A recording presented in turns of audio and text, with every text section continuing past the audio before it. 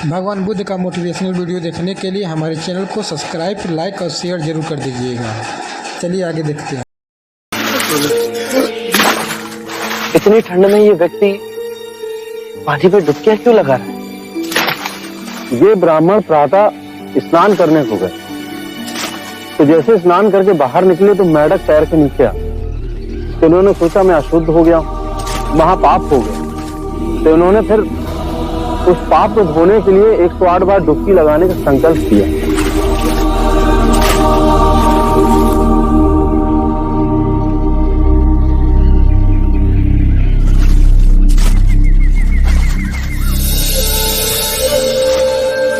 सुनिए, आप ठंड से कांप रहे हैं। यदि ऐसा करेंगे तो बीमार पड़ जाएंगे। महात्मा, अनजाने में मुझसे पाप हो गया। ये नदी गंगा नदी की उपनदी है। इसमें नहाने के बाद मेरे पाप धुल जाएंगे। इस नदी में डुबकी लगाने से यदि आपके पाप धुल जाएंगे, तो इस नदी में रहने वाले मेंढक के ऊपर पांव आने पर आप अपवित्र कैसे हो गए? यदि आपको ऐसा लगता है कि नदी में डुबकी लगाने से आपके पापों का नाश होगा, तो इस नदी में रहने वाली मछलियां, कछुए, सर्प, मेंढक, इन सबको अब तक मुक्ति मिल गई होती।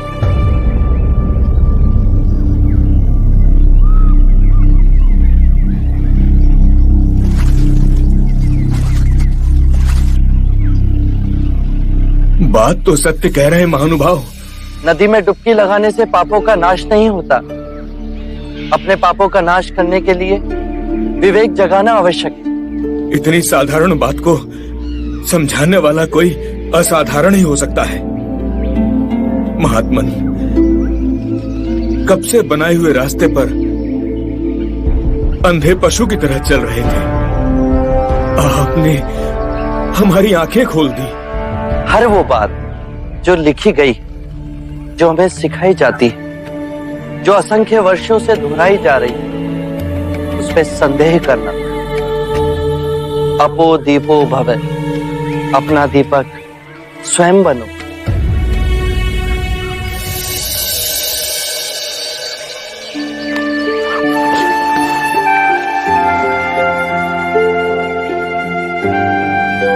आप धन्य है महात्मा।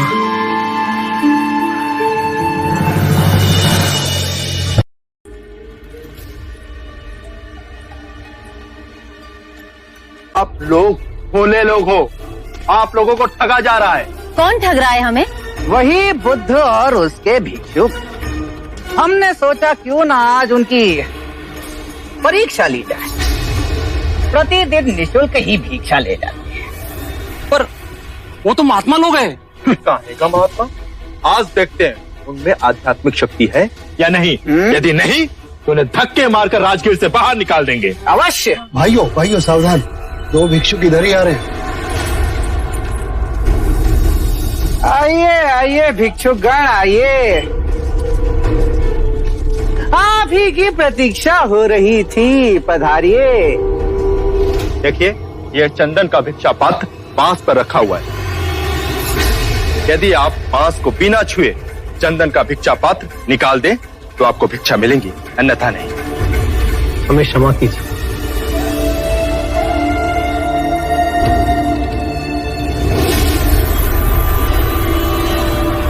क्यों बंधु, समस्त गांव के समक्ष तो बड़े महात्मा बने फिरते हो और एक छोटा सा कार्य नहीं कर सकते?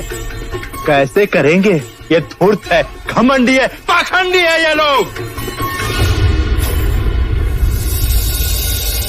नहीं, ये पाखंडी नहीं, अपितु नपुंसक है, नपुंसक।